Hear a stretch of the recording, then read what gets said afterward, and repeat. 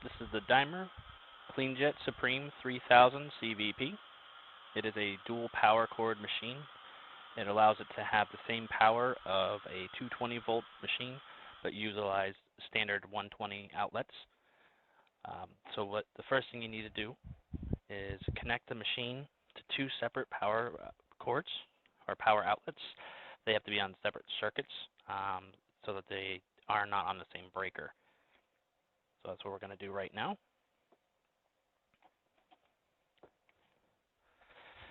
And I want to make sure that the power switch is turned off.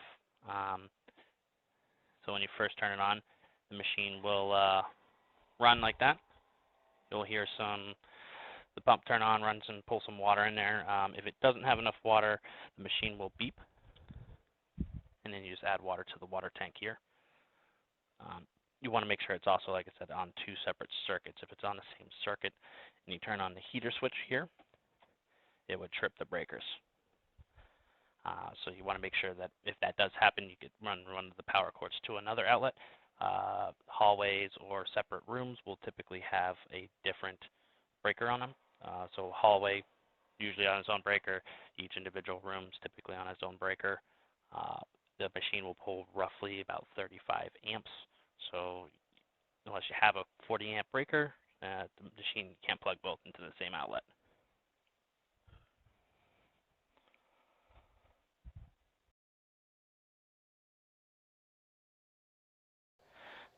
It's probably hard to see in the picture or in this video, but you can tell it's heated up because this green light is illuminated.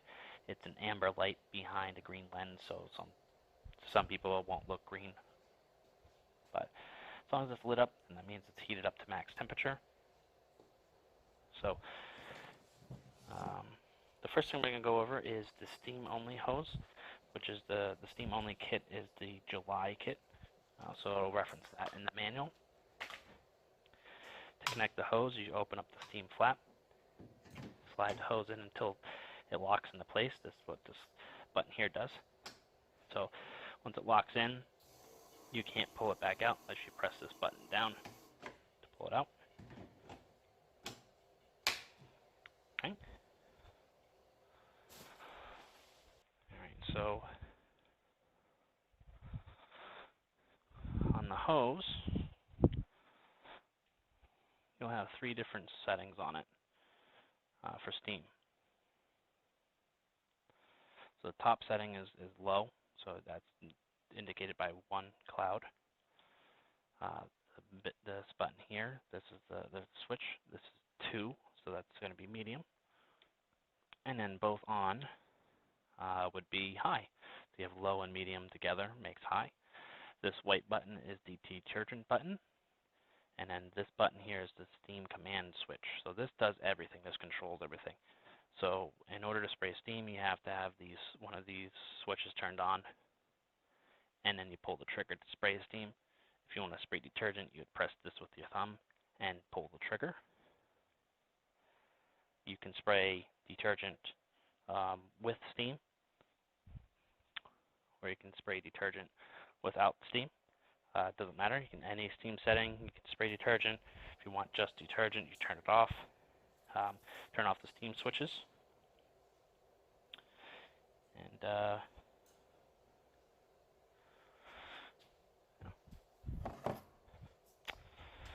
so the first attachment that you're going to use probably a lot is called the steam lance, and it looks like this. So on the side of the steam lance, there's a little notch here that will slide into this part this way, this part of the hose, or on the extension tubes. You can't put this in upside down. It won't let you. That's what this little ridge here is for. On the bottom, you're not going to have that. So it'll only slide in one specific way. And it slides in, automatically locks you here at click, and then it won't come out. To release any of the attachments, you press the top of the yellow tab, press that in, and then you can pull it out. So it'll slide in, you hear the click, locks into place, and then spray some steam. So we're just going to do it on the low steam setting, It will take a second or two for it to fill up the hose. You can see low is not very much, just a little bit of steam. Medium is a good amount more.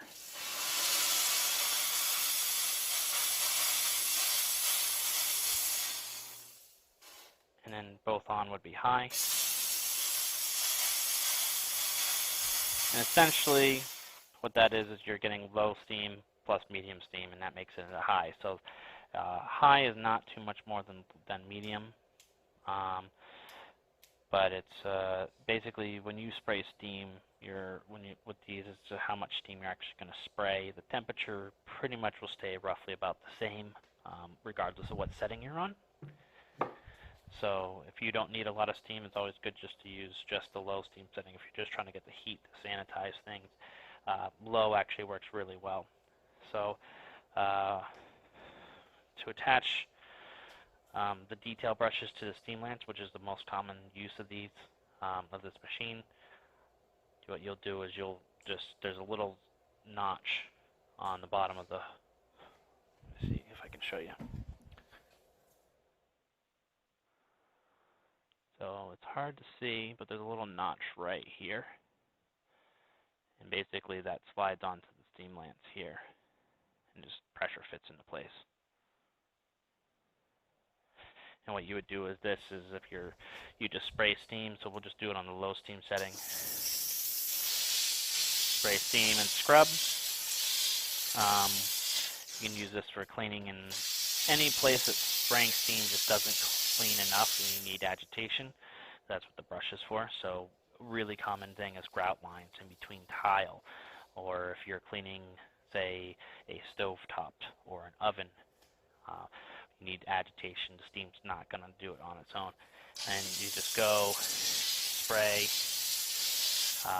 Most common one is the nylon brush, which is the softest one. Pretty much won't scratch any kind of material with it. Also be careful when removing these because they can be very hot. We also have nylon and brass. Nylon, brass, and stainless steel.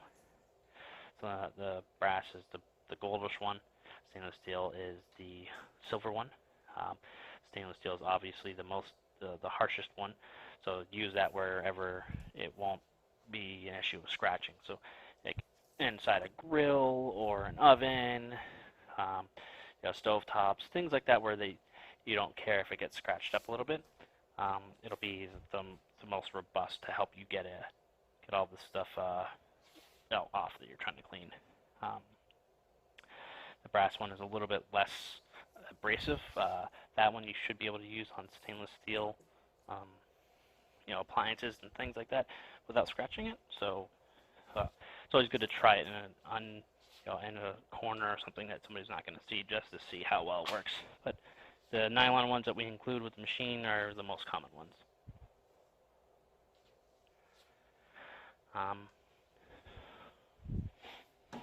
Then we have what's called as the window squeegee. That's this thing here. So it has a foam piece on that end and a bunch of holes here. That's where the steam sprays out of when you're using it. So it does the same thing, just locks into place. And you just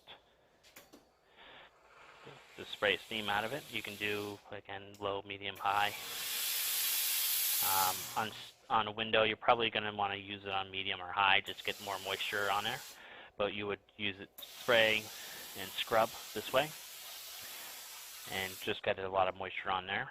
And then what you can do is you can turn this around, just hand squeegee it after that. Or this will allow you to put it in here and slide it in, so you can spin it around and use a handle. That comes in very handy for if you're using it with the extension tubes. This is 2 extension tubes put together. So if you're cleaning a large window, you can slide it in and essentially reach a lot further and squeegee it down. And that side doesn't lock in when you turn it around. It does not lock.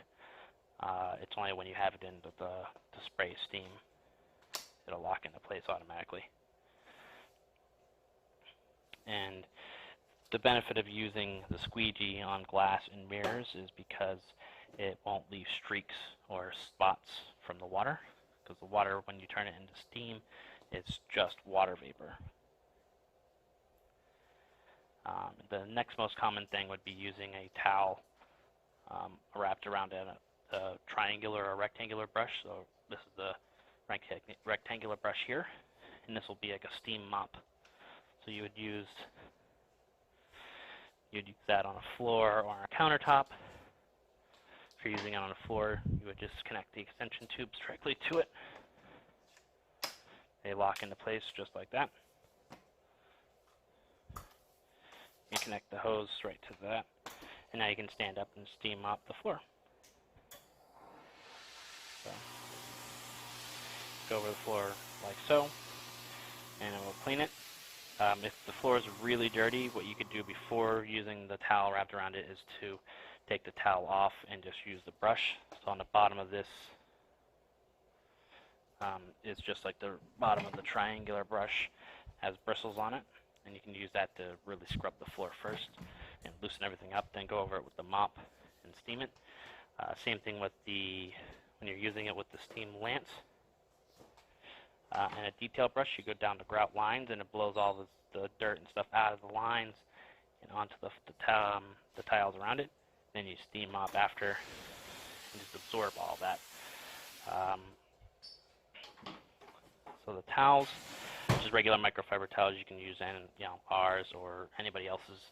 I would recommend rewashing them and reusing them. They would be expensive if you just replace them every time. But that's pretty much it for the steam only kit. That's July kit. The other kit that comes with the machine is a steam vacuum kit, and that's called a Radimus kit. So we're going to go over that next.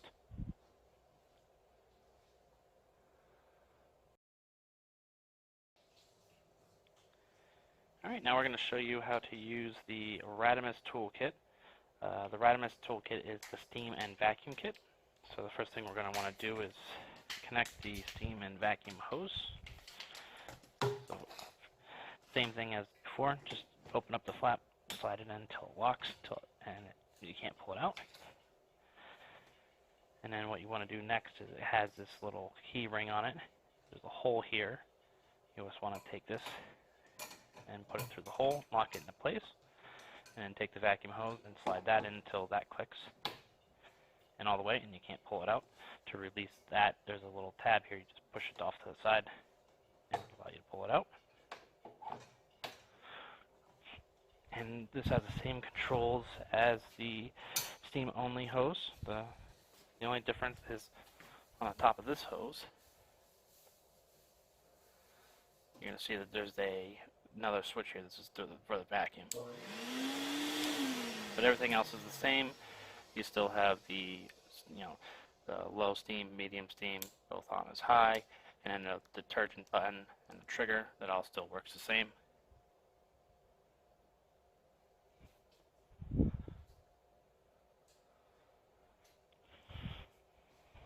Okay, so with this, the most common thing you're going to use with this tool, or with this kit, is going to be the floor tool. So you're going to want to use 2 extension tubes just to make it easier for yourself. And you slide that on. To lock these in place, you got to slide this tab down to the block. It says block on there, and then the other side is open. And then same thing with the floor tool. The floor tool has multiple inserts on it. This one has the squeegee blade. There's a squeegee and a brush blade as well, and also a carpet one, which is hard plastic. Typically, you're going to use a double squeegee blade for most things. The brush squeegee will help with agitating the surface. Most cases, though, just the steam and squeegee is fine. But the same thing, turn on the steam settings. You pull the trigger to spray steam. So if you see, it's going to leave a lot of moisture on the floor here. And so what you can do is turn on the vacuum. go over the floor.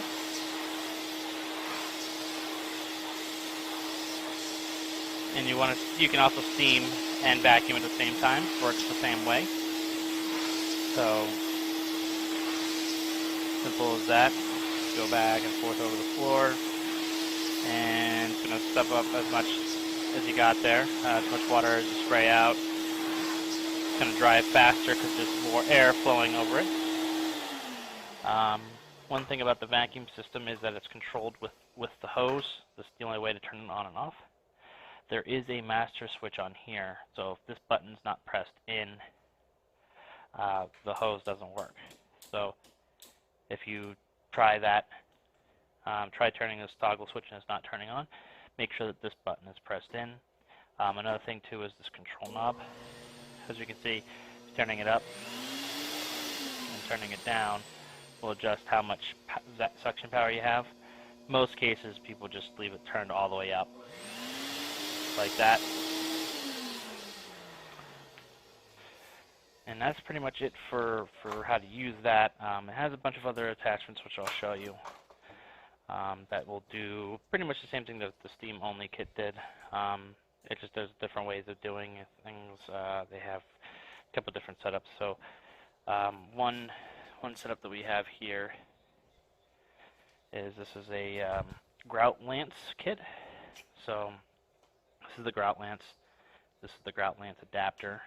And basically what the adapter does is it takes steam that comes out of the top, loops it around so it comes out on the bottom. So you'd slide that on, put it, lock it into place, and then slide this vacuum nozzle on it.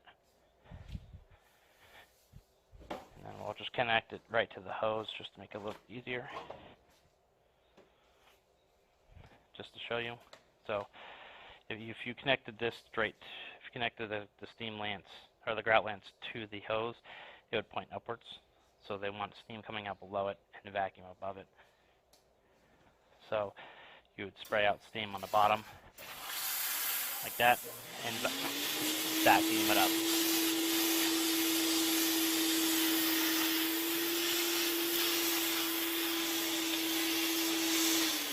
That comes in handy for going through like grout lines and things, and you can also attach the detail brushes to this as well. Oop. This is just pressure fits on there.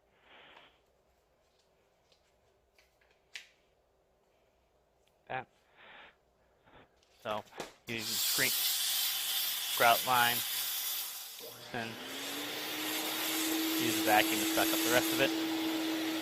When you do it that way, it's easier just to steam first, then vacuum later. There's also another way. They have another similar device to this setup here. I'll show you in a second. One thing I want you to know is when you get these machines brand new, sometimes the Grout Lance adapter is connected to the steam and vac window squeegee. So sometimes you'll probably see it in your packaging like this. So if you look at your steam and vacuum squeegee for the window, if you see there's two yellow tabs, then the Grout Lance's adapter is connected to it. So it just separates.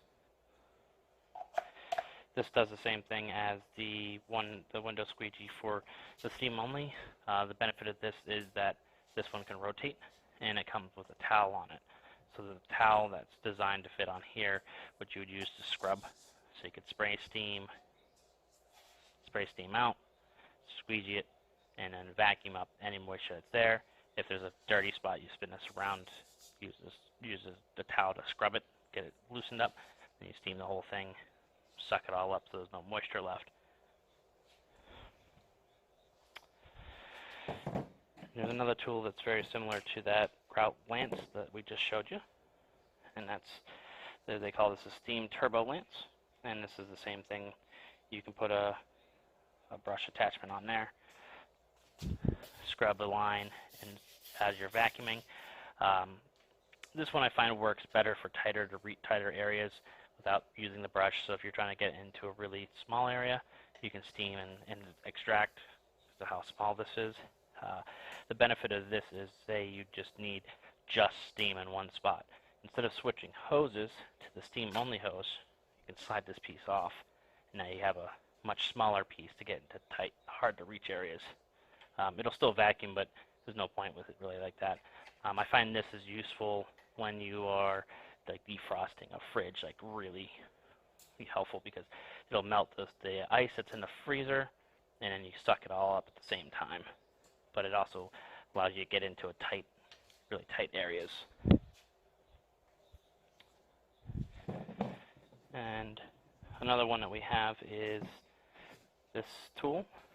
They call this a suction nozzle. And so this is the same thing. You can attach this directly to the hose or to the extension tubes.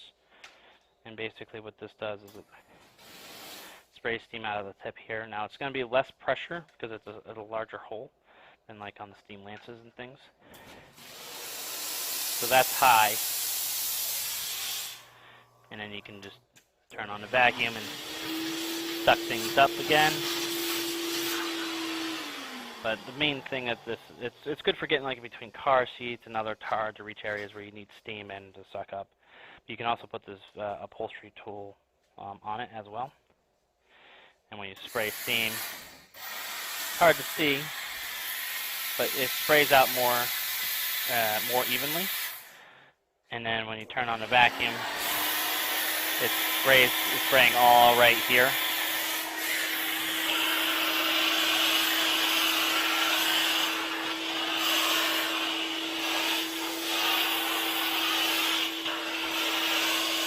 So, but this tool is not designed for hard surfaces. This is designed for upholstery, so spot cleaning on carpet, cleaning chairs, and things like that.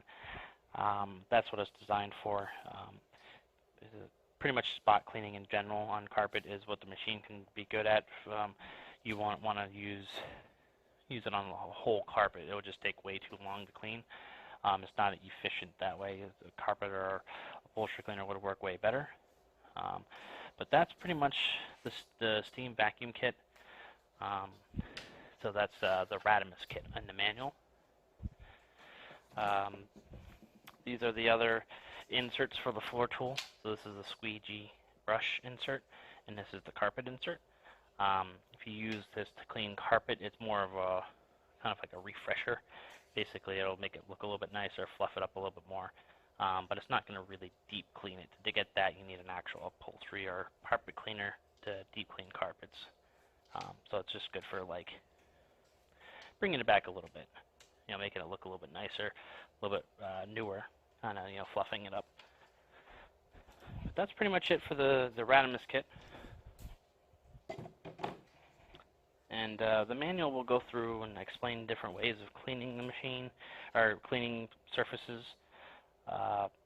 So it'll reference both the Radimus kit and the July kit, and both of those you can pick and choose which will work best for you. The HEPA filter we didn't talk about. That was already installed on this machine. When you get it, it will be separate, but it just connects to the back of the vacuum motor here. And there's a little plug on yours, but basically you just pull out the plug and then put the HEPA filter in place where that plug is. A lot of people don't end up using it.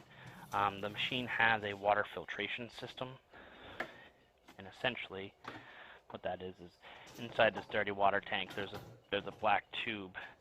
Let me get the vacuum motor out of the way and I'll show you guys.